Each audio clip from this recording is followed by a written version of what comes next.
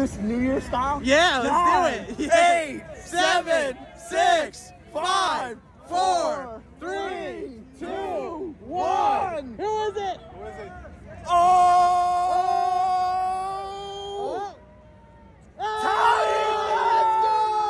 Let's go! Hey everybody, welcome back to the video. Today we're going to be breaking down everything we know so far about MLB The Show 22. First of all, we know who the cover athlete is. This still was taken from Times Square, where the reveal happened today, where we found out that the cover athlete of this year's game is Shohei Ohtani, but that's not the only one. So I'm not sure who pulled this image. Kasabi tweeted it out, but again, I'm not sure who pulled this image. We don't know 100% confirmation yet. But this was pulled from the Nintendo Switch website. And first of all, yes, you heard that correctly. Nintendo Switch adds into the portfolio this year for MLB The Show. We have PlayStation, Xbox, and the Nintendo Switch. And we also apparently know that the deluxe edition cover is going to be none other than Derek Jeter. Also, from what we can tell, like right about there in the corner, it says 2/2022. So the official release date of the game... The official release date of the game says April 5th. So with that knowledge of Derek Jeter and the deluxe edition and the leak from Nintendo, that would mean that the Legend edition of the game would come out on April 2nd. This has been something that's happening for a couple of years, where you buy the standard edition, you get it on the day it comes out, or you buy the special edition, you get it 3 days early. That could be what's happening here. I'm assuming what that is, but those are the two dates to keep an eye on. April 2nd if you want the big edition, April 5th if you want the standard edition of the game. And again, available on PS5, PS4, Xbox Series X and S, as well as Xbox One, and for the first time ever on the Nintendo Switch. And we got some news about that as well. One of the big pieces with the move to the Nintendo Switch, as well as the move to Xbox, was the idea of cross-platform, like playing against each other. Now we have even more information about cross-platform progression. You heard that correctly. So if you want to play on PlayStation, but you also have a Nintendo Switch and you don't want to go on down to your console, you want to play in your living room, you want to go on the road, maybe you're on a road trip, you want to play, you can have MLB The Show on your Switch and also have it tied into the same account on PlayStation or Xbox, what have you, and progress your account that way. So we not only have cross-platform gaming, but also cross-platform progression, which is absolutely massive for MLB 22. Now, I get one of the big fears is we just had all this awful server issues for MLB 21. Is it going to be worse this year? I mean, honestly, straight up, we don't know yet. Like, we don't know expanded servers. We don't know dedicated servers, whatever. But I have to feel in my bones that if they're branching out to add yet another console into the fold, it's not only going to make this the highest selling MLB The Show that they've ever had, but seeing the server issues they had, how quiet they were about it in 21, I have to think all of that energy has been funneled into 22. I have to hope so, because if we got server issues again this year, it's going to be way worse than we dealt with last year, and it'll be met with even more outrage. So we'll have to wait on that one, but for now, it's what we know. So our first tidbit of information as you like comb into the about for MLB 22, all these new features, and I'm breaking them down here so you don't have to.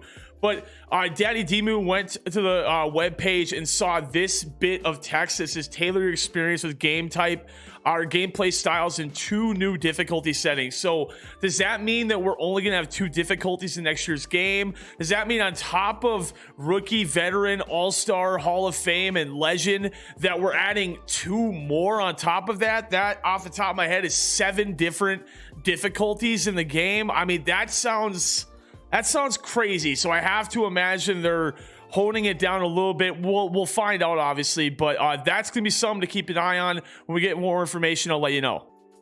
We know this tweet from we know this information from a tweet from Ansel Armstrong. We have it finally confirmed.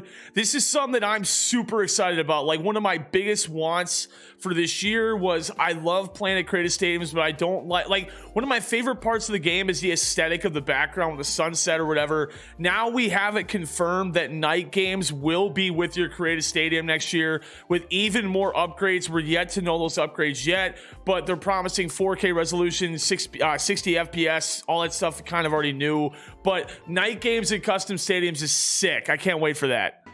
We know this next tidbit of information from the Holy Grail. I want to focus on that info. Okay. We know this next tidbit of information from The Holy Grail on Twitter. This is all pulled from MLB The Show's page, but I want to focus on that first bullet point there, talking specifically about mini seasons. Now, some people are interpreting this as weekend league. Some people are interpreting it as a CPU offline seasons mode for the offline grinders. I personally, based on my interpretation, I see this as an offline CPU grinder type thing. I don't think they'd advertise a weekend league as mini seasons, but I mean, who's to say? We'll find out more about this information as time goes on, but off the cusp right now, I'm saying that feels like to me like a CPU offline seasons mode. So don't worry about the paraphrasing here. I went back to the actual footage of the stream and I verified these words are all correct. I was curious about it too, but Nate tweeting out, this was said by Ramon Russell, that talking about the competitive landscape, that the fall and summer circuit happened this year. More info on that a bit later.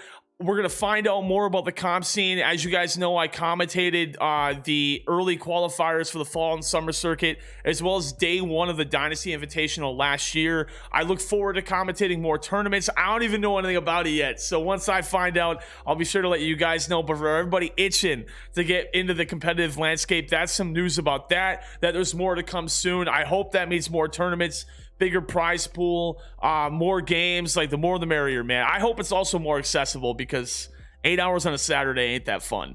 But that pretty much ices the cake on what was a very eventful cover reveal day. Again, the cover athlete is none other than Shohei Ohtani. Super awesome one, because it's recognized one of the best players in baseball, if not the best, last year. It's recognizing the two-way talent of Ohtani, and I'm just so excited, man. Like, this is I hope it's leading the way into having better two-way player accessibility in the game. But more than anything, it's the first time that an Asian man has been on the cover for a video game for 4 of the biggest sports franchises that we have here in the US, this with baseball. So shout out Shohei Ohtani for breaking more barriers, for becoming a phenomenal ball player. And I can't wait to enjoy MLB 22. I want to hear your thoughts in the comment section below. What that I brought up today was the most interesting to you? What are you most nervous about? What are you most excited about? And which console as well are you picking it up on? I'm gonna get PS5 and Switch. I don't know about you guys, but let me know in the comments. Appreciate y'all for watching. I'll catch you in the next one. Also, I completely forgot to mention this. You can go into the MLB The Show 21 store right now for free, and not only pick up a banner and a bat to use in the game, but you can also finally, I think one of the reasons why we've been wanting this card so bad is because the All-Star version doesn't have the capability to be a two-way player. So now this Ohtani finally can play in the field, and he can pitch as well. And I mean, Scuffy tweeted out earlier, in theory, this is the greatest BR card of all time. You could use him as a reliever, as a hitter, as a pinch hitter, come on in to pitch, double switch, etc. There's a lot of things you can do with this card. I'm excited to try it out for myself. Let me know if you guys are excited about this too. Now I'm done. Go enjoy your night. Thanks for watching.